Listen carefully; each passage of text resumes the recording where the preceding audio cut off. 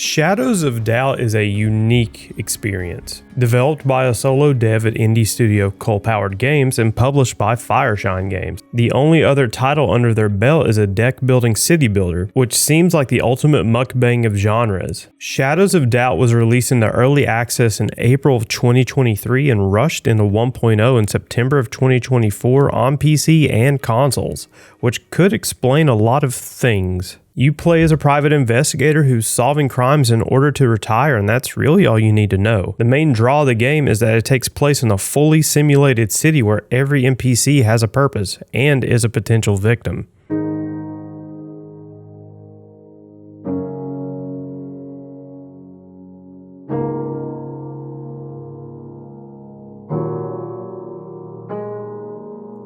In an alternate history of 1979 where King Henry IV of France wasn't assassinated and the American Revolution failed, the United Atlantic States, a country where corporate personhood has been normalized, is ran by acting president Starch Cola. The water is toxic and Mountain Dew mouth is mandatory. The ice caps have melted, and due to the rising sea levels, citizens of the UAS live in cramped, smog-shrouded cities on islets, working in order to build their social credit up enough to go retire to the fields. Truth be told, I wasn't expecting this level of lore when I fired up the game for the first time, but it's definitely welcome. Some of you who have been around for a bit probably can guess how I feel about the graphics. For those of you who are new, I love this aesthetic choice when it's done well. Using three-dimensional models with pixelated textures does a lot for a game, mainly being less demanding on your hardware than modern titles. That's important when there could be over 600 NPCs to track and towering structures, all with fully accessible rooms to render. With the aesthetic choice the game has, that leaves a lot of room for processing power to be used for the simulation. That said, the design of some of these areas really shows how effective this style can be when executed correctly. Let's look at some apartment buildings. They're run down, filthy, have trash thrown about, and really sell the feeling of what an MTG player's house looks like. Stroking my dick. I got lotion on my dick right now. Then when you get to the homes at the top of high-rises, you see how landlords like to spend the money of single mothers. You really get a feeling of where you are with the graphical limitations, and that's not very easy to pull off when things look this basic. The game isn't visually impressive, and it's not meant to be. As for sound design, it's in the same boat. There are no voiced characters. The closest you get to hearing someone else talk is from either TVs or over the loudspeakers telling you to drink more Starch Cola. From this long-armed fielder. Had a hard day?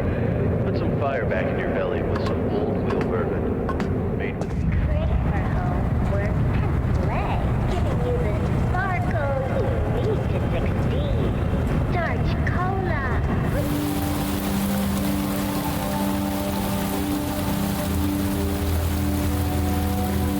The sound design is minimal, which most games pull off just fine, but at times this game is too quiet.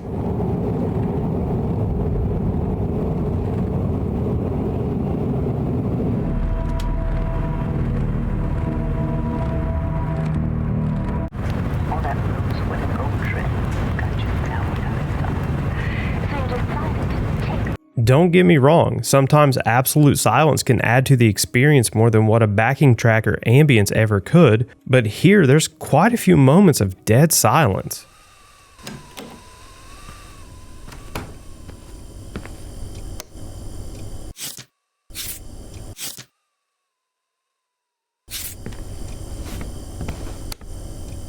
I think the reason for this is to allow players to hear footsteps and people around them, which makes sense since this game does have stealth elements, but it occurs often enough that it becomes noticeable. You do get to hear the ocean at the very least, but with the game being set in a city, I was expecting a bit more. Other than that gripe, guns sound like guns, phones sound like phones, and citizens have the best TV channels to watch.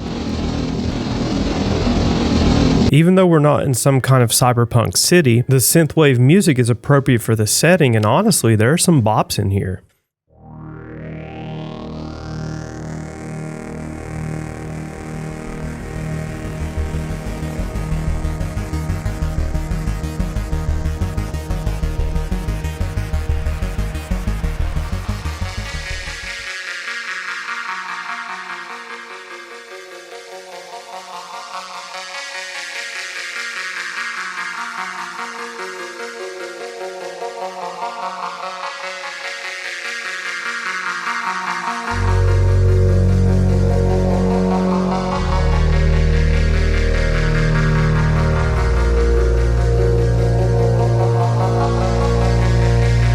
I enjoy the music itself, but the way it's utilized is so awful. It feels like tracks are just picked at random, which granted, that's most games, but here it's especially bad since you could just be walking down the street and an intense piece of music just starts playing with nothing really happening.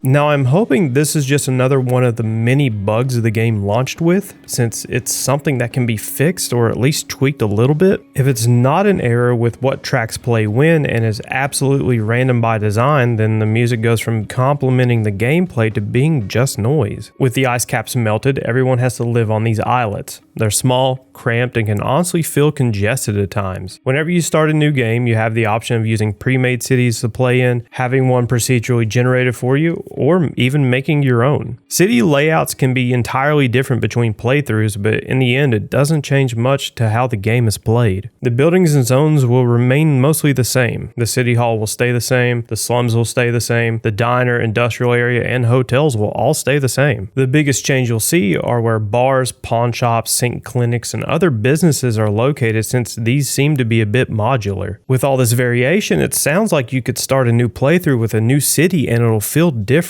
But we all know that's not how procedurally generated environments work. Eventually, they all become samey and no amount of differentiation gets rid of that feeling. The limited amount of building types doesn't help either. There's only one hotel, only one diner, only one slums, a few different apartment complexes, and a few industrial buildings. The game would have benefited with some more of these pre-made buildings, but again, it's made by a solo dev, so this is what we got. That being said though, a major selling point of the game is that every room in these buildings is explorable. You can go into every bathroom of every apartment of every building on every street in the game. There are no fake doors for set dressing, and you can explore every corner of the map. It's no small undertaking, and I give kudos to the dev for pulling this off. This is where things get interesting. This is a living, breathing city where every NPC has a purpose rather than just being set dressing. Each and every one of these citizens has a home, a job, places they like to hang out, and a routine. This adds the ultimate level of immersion that very few games attempt, let alone pull off. Before I get into the meat and potatoes of the game's loop, I want to talk about the smaller systems that accompany the title. Stealth exists in the game, and it's a low point. In the tutorial scenario, the game teaches you to break into a crime scene before the enforcers get there first, and to gather as much evidence as you can before they break the door down. And while you're in there, you can steal a few things to sell at pawn shops for some extra cash later on. To escape, the game wants you to utilize a ventilation system that some buildings have, or to just jump out a window before being caught. The problem here is that it honestly doesn't matter who makes it to the crime scene first. You can wait out the enforcers until they turn their back and sneak into the crime scene. Later on, when your social credit is high enough, you can just walk into a crime scene, so the whole system kind of just goes out the window for usefulness. Since I mentioned social credit, let me explain how that works. It's essentially a pseudo leveling system that unlocks passive perks, making people more willing to cooperate with you, giving you the ability to fast travel, stuff like that. Along with the leveling system comes synchronization discs, or sync discs for short. There are 18 of them in the game, and it's worth noting that your city may not contain all of them. These discs come with at least 2 different perks to choose from. Once you've installed one, you can't install another one of the same disc to get all the perks. So you can use them to fill holes in your abilities or to complement your playstyle even more. If you don't like one you have installed, you can pay to have it removed, so feel free to experiment a bit. If you do like the ones that you have installed, you can upgrade some of them to give you that much more of a boost. Each of those systems in some way or another will aid you in solving murders, but you'll still be doing most of the legwork. One last thing before we get into the fun stuff. This game has status effects. These can range from being hungry, which just means you won't heal over time after receiving damage, or you can stink from not showering, which will wake people up from their sleep when you break into their homes. After getting pissed drunk, you'll get a headache, which honestly has a great visual effect conveying it. You can take painkillers to get rid of it and you'll be back to normal. There are more negative effects than positive ones, but honestly, you'll barely notice. The worst and funniest one is that if you're wet and run into a building with smooth flooring, you'll slip and take a bit of damage. There's also combat in the game, and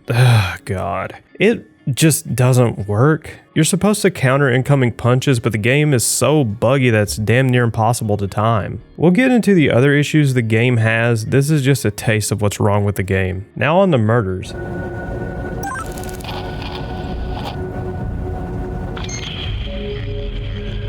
These can occur anywhere in the city, and it's your job to figure out who the culprit is. And the best way to do this is to gather all the evidence you can. Make note of who the victim is, take photos of the crime scene, scan for fingerprints, and ask bystanders if they've seen anything. With all of this information, the game has one hell of a way to keep track of it all. This is your evidence board. Whatever or whoever you inspect, find, or interact with can be pinned to the board with your own color-coded string to help you keep track of things. By the end of some cases, your screen could look like this, and it'll be satisfying once you close it. I'm not going to spoil all the ways you can gather information on your killer because I feel like I'd be spoiling a lot of the game for you. So I'll save that part for the story section if you're interested. Also, during investigations, it's a good idea to revisit the crime scene because chances are you've missed something. After you apprehend your suspect and turn in the case resolution form, you're told whether or not you got the right guy and go back to exploring the streets. The game will randomly generate either a murder or a kidnapping, and only one of those two major cases will be active at a time. That way you're not freaking out trying to hunt down 4 different serial killers, even though that would be fun. There are also side jobs that task you with arresting someone, disposing of a body, or photographing someone. So there's some side things you can do while you wait on the next case to start. Now there is a point where you'll have mastered the game and things will become a bit dull, but at the end of the day, this is a job simulator, which is kind of weird since I just reviewed another kind of job simulator. My advice here is to take your time with the game, absorb the atmosphere, and put some finishing touches on your apartment. One last thing, remember how I said everyone has a job? Well, if your victim ran a shop on Mondays, Tuesdays, and Wednesdays, that shop may now be closed on those days because there's no one who can run it.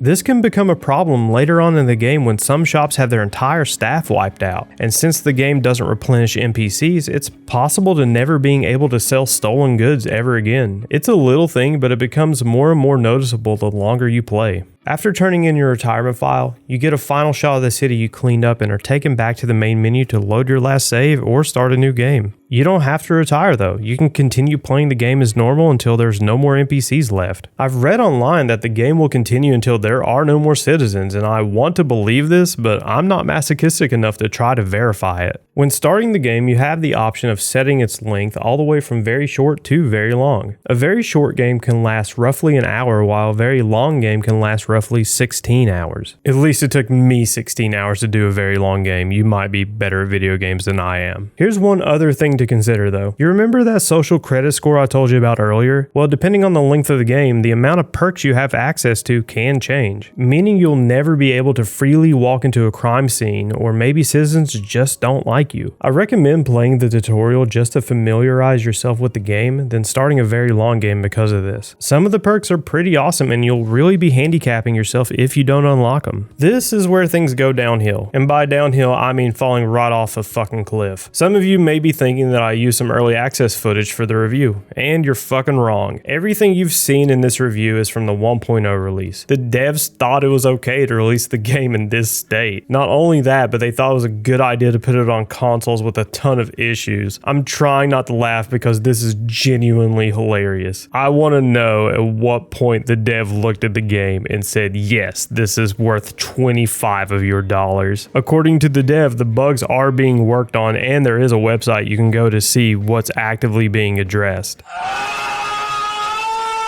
I won't go through all of them, but I'll highlight just a few that may ruin the experience, like whole rooms not spawning in, the terrible frame rate, or more importantly, soft locking major cases from happening. During my first review playthrough, I stopped getting murder and kidnapping cases. I stopped streaming and let the game run in the background, waiting on a criminal to trigger a case to start. Well, after 6+ hours of running the game in the background, there still wasn't a new case for me to solve. So I had to start a new game and pray that the issue didn't happen again. It's an awful feeling having to be so far into a game just to restart it because of what I feel like is a bug. Now, this is a topic of discussion. Since this is an immersive simulation, it would make sense that no new murder cases started because no one has found the body. Like in real life, a body could sit until it fully decomposes because someone didn't check on the person during their absence. Like here, for example, if this person didn't have a spouse or neighbors, would someone have noticed? As an MSim, it makes sense that it would work like that. As a video game, it just kind of feels bad. I could have spent the time to find the body and report it myself, but with hundreds of rooms the body may potentially be in, that would have just been a waste of time. Which I do have two theories. The first would be that maybe the developer is tired of working on the project. I don't know how many hours he's put into it, but after years of development, I'm sure he's ready to start something new with the experience he's gained from working on this title. The second and least likely theory would that be he needed the money to help keep the lights on while he worked on some bug fixing. Unfortunately, either of those two answers are wrong. Releasing a product for a good chunk of change in this condition will leave a bad taste in some mouths, and they'll remember that when he reveals his next title. There is no overarching narrative in the game. The closest you get are these micro stories that may or may not present themselves in some of your cases. I sat for a while thinking if a story could be implemented in some way, but the way the game is built makes it simply impossible. And that's fine, but I wonder if there's some kind of way to fit long-form cases into the game. Like say for instance, a cold case that comes with some information where the previous investigator ran out of leads, with the victim's home already occupied by another family, with most, if not all of the crime scene scrubbed at that point, requiring you to talk to neighbors to see if they remember anything that happened the night of the murder. This could be something to do while waiting on another major case to start. I'm sure there are better ideas out there, I just wanted to throw my 2 cents in. So I'm going to go through one case to give you an idea of what to expect during your playthrough. If you don't want the game's loop absolutely spoiled for you, then go to here.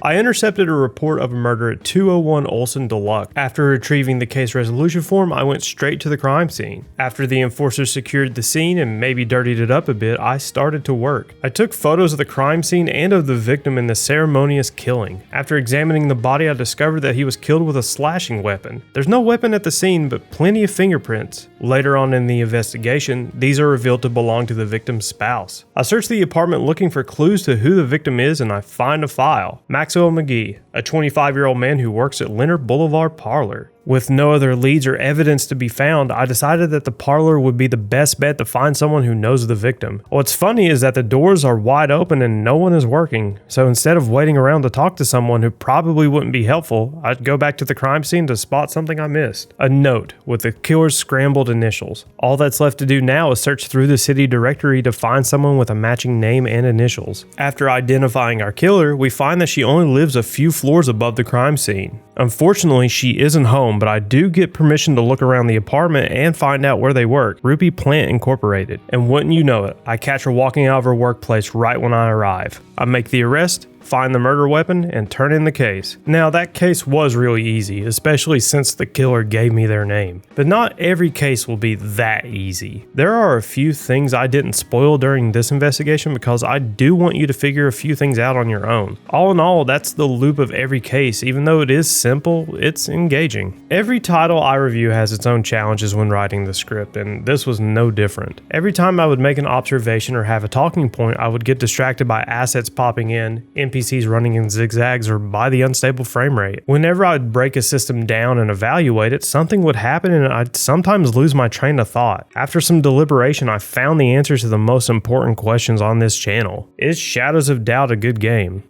Due to the sheer amount of bugs the game launched into 1.0 with, I have to say no. If this were still in early access, I wouldn't have played it, let alone write a review for it. So everything I've said in this video I feel is fair because this is 1.0. At its core, without the bugs, it's a job simulator through and through. And similar to the last job simulator I reviewed, things get old sooner rather than later. I do think that it can be fixed with mods though, and there are already some that you can install with workshop support on the way, which is a good start. All we have to do now is wait. Should you give it a try? Honestly, no, at least not yet. Even if this game had 0 issues, I'd give you a cautious recommendation because there's not a lot of content here. A year from now, I'm going to replay the game to see if 1, the devs fix some of the major issues and to see if they've added any content, and 2, to see if there's some fun stuff from the modding community. Shadows of Doubt fails to impress with a very shameful presentation. The bugs are too distracting and break the immersion that it tries to offer. Once you figure out how to look past all of its technical issues, the game that lies underneath is nothing to write home about. It's truly a unique experience that I cannot recommend because it's so undercooked. If this had another year or so in the oven before 1.0, I think the dev could have included several more systems to keep the game interesting. That being said, I genuinely hope that this gets a ton of mod support, but only time will tell. If it doesn't, then this serves as is a great example of what a rushed game with unrealized potential looks like.